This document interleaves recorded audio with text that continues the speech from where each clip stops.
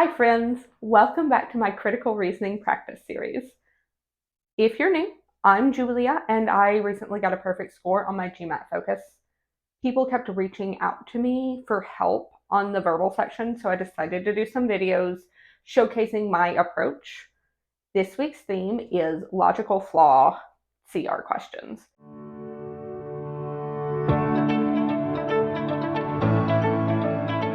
Logical flaw questions are kind of like weaken the argument questions, and indeed, there can be some questions that fall into both categories. However, with a logical flaw question, the flaw can exist in the argument as written and doesn't necessarily require additional information from the answer choices. Let's look at our first example so you can see what I'm talking about. For the first 4 years of Technology Inc.'s being in business, the CEO handled all aspects of recruiting and hiring for the company, and on average, revenue increased by close to 50% per year. Since then, human resources professionals have been responsible for handling most aspects of the hiring process, and simultaneously, revenue has increased on average by only around 20% per year. It must be that the CEO is better at recruiting and hiring than are the human resources professionals at the company. The argument is most vulnerable to criticism on the grounds that this is a logical flaw question. So we're looking to see which assumptions the author has made in arriving at their conclusion, which is the CEO is better at recruiting and hiring than are the human resources professionals at the company, that aren't logical. A lot of people are anti pre-thinking answers in the verbal section, but in my experience, it can sometimes be helpful. Also, full disclosure, I'm an overthinker anyway, so pre-thinking isn't always a choice for me. The first thing that caught my eye here was that the increases are percentages. 50% for the first 4 years is touted as superior to quote unquote only 20% in later years, but those percentages of growth early on are based on smaller amounts, right? So it's much easier to grow $10,000 by 50% than to grow $1 million by 20%. That could be part of the problem. That's kind of the sort of thing we're looking for. Let's look at our answers. The argument is most vulnerable to criticism on the grounds that it assumes without sufficient warrant that the CEO's strongest skills lie in recruiting and hiring. This isn't being assumed here. The argument assumes that HR people are worse at hiring than the CEO, not that the CEO's time is best spent on hiring. B, on the grounds that it overlooks the possibility that, as the company has grown, the CEO has had to delegate more responsibilities in order for the company to operate efficiently. It doesn't really overlook this possibility. In fact, this is exactly what happened, because a job that the CEO was doing, hiring and recruiting, is now being delegated to HR. This doesn't affect the conclusion. C, on the grounds that it does not include consideration of the fact that human resources professionals are likely better versed in employment law than the CEO is. The conclusion doesn't discuss legal matters, only revenue growth. So answer C isn't relevant. D, on the grounds that it takes the change in the hiring process to be the cause of the change in revenue growth without considering other possible causes. This is an odd assumption to make, and therefore could be a logical flaw in the argument. As I stated earlier, the change in percentage could be due to volume of revenue. It could also be due to a lot of other factors, such as policy changes, economic changes, or market saturation. Assuming it's due to recruitment and hiring is the biggest flaw I see in the conclusion. E, fails to establish that The trend in Technology Inc.'s revenue growth is significantly different from the trends in revenue growth of the company's peers. So it does fail to establish this, but the argument could have established this, and if it was true, things might be different. We don't know if it's true, though, so it's just irrelevant speculation. Our best answer is D. As you can see, we didn't need new info from the answer choice to answer this question. We just had to highlight the flaw that existed in the argument. Let's look at the next one. Emotional freedom therapy, or EFT, is a method purported to heal via tapping on various parts of a person's body.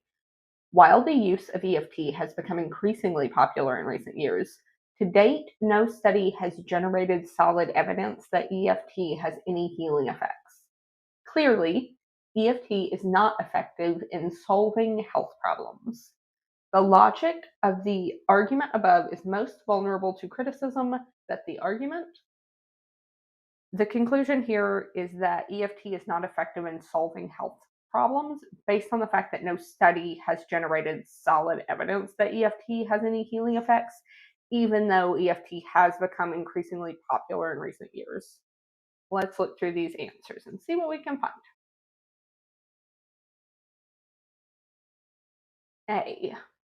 The logic of the argument above is most vulnerable to the criticism that the argument concludes that EFT is not effective without considering the results of studies that show other healing methods to be effective. We don't care about studies about other healing methods. We're talking about EFT. This is not for us. B. That the argument fails to explain why EFT has become increasingly popular, even though no studies have generated solid evidence indicating that it has any healing effects. Things can be popular for lots of reasons. Maybe it's a fun experience, even if there's not demonstrable evidence that it's healing. The argument doesn't have to explain this as part of trying to tie evidence to the conclusion, so it's not a logical flaw. C. That the argument takes a lack of evidence indicating that EFT is effective as proof that it is not. This is a logical flaw. If I told you that I like musicals, and then I sang through all of the musicals start to finish, and you responded that I can't like musicals because there hasn't been a study that showed I did, that wouldn't be a very practical take on the situation.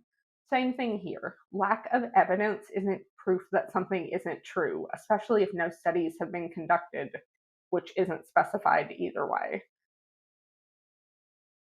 D. That the argument fails to establish that no people who have used EFT have seen improvements in their health. This one is tempting, but think of it this way. Statistically, a large enough group of people will have some that will experience health improvements. People could be doing this EFT and experiencing improvements to their health, and the two could be correlated, but not a cause and effect relationship. Establishing this doesn't necessarily help or harm the conclusion, so it's not the one for us.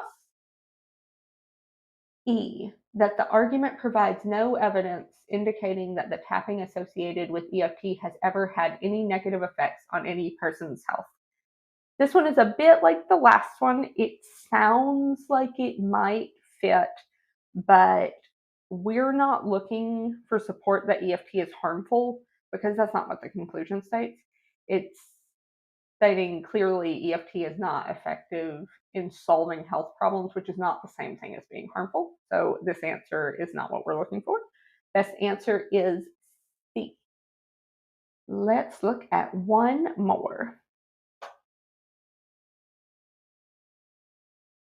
Companies that sell food products made with ingredients derived from genetically modified organisms, GMOs, oppose enactment of laws requiring that such products be labeled as containing GMOs.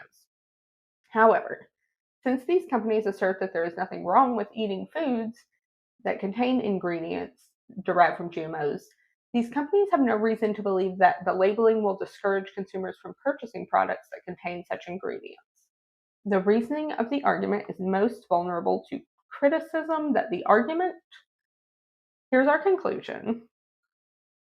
These companies have no reason to believe that the labeling will discourage consumers from purchasing products that contain such ingredients.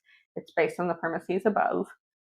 The author's opinion is, why would these companies fight labeling so hard if they didn't think there's anything wrong with foods being derived from GMOs? Why would that affect purchasing behavior? However, as a person that exists in society, I know that consumers are often wary of things they don't understand, whether or not those things are actually a danger to them. Let's look at our answer choices. A, the reasoning of the argument is most vulnerable to criticism that the argument provides no evidence to support the assertion that there is nothing wrong with eating foods that contain ingredients derived from GMOs. This is related to the argument, but it doesn't affect the conclusion. The conclusion isn't about whether GMOs are dangerous, but about companies having no reason to fear that labeling products will discourage consumers from purchasing them. B, that the argument presents as evidence an assertion that is not clearly linked to its conclusion. This answer is short and to the point, and it brings up my issue with this argument, which is that the evidence and the conclusion aren't clearly connected. It's like a chunk of the argument is missing, and we really need that bridge to make it work. C, that the argument includes no consideration of the fact that companies that sell food products made with ingredients derived from GMOs have a vested interest in maintaining positive consumer perceptions of such foods. This isn't relevant. Why would we need to make room for consideration that companies have a vested interest in consumers viewing their goods positively? That's very standard behavior in companies, that they want people to not think negatively about their products. So this one doesn't add anything. D, that the argument simply contradicts the assertion made by the companies without providing evidence that supports its point of view. This is why you've always got to read questions and find your conclusions very carefully, because the argument doesn't contradict the assertion made by the companies. So this one is about something that didn't happen, and therefore it can't be our answer. E, that the argument makes a distinction between companies that sell food products made with GMO-derived ingredients and companies that do not, when in reality, companies may sell both types of products. Where is this distinction made? This one also states something that didn't happen in the argument, so cannot be the answer for us. Our best answer is B. I also like this problem because that's a trend I have noticed on the GMAT, that sometimes the answers that say the least are actually the most accurate. So something to look out for. Thank you so much for working through those TTP problems with me. As a reminder, if you ever get lost on any of these questions, TTP does have in-depth answer explanations for all of their problems and videos for most of them. So I'd recommend that as a resource if I'm not explaining things in a way that makes sense to you immediately, or if you just want more detailed breakdowns. I appreciate you hanging out with me as always. I feel like we're making a ton of progress with the critical reasoning section. I know it can seem dense, but with plenty of practice, you will get better at reading and interpreting these arguments more efficiently, more quickly. I'm way better than I used to be at it. So trust the process. Best of luck, and I will see you next time.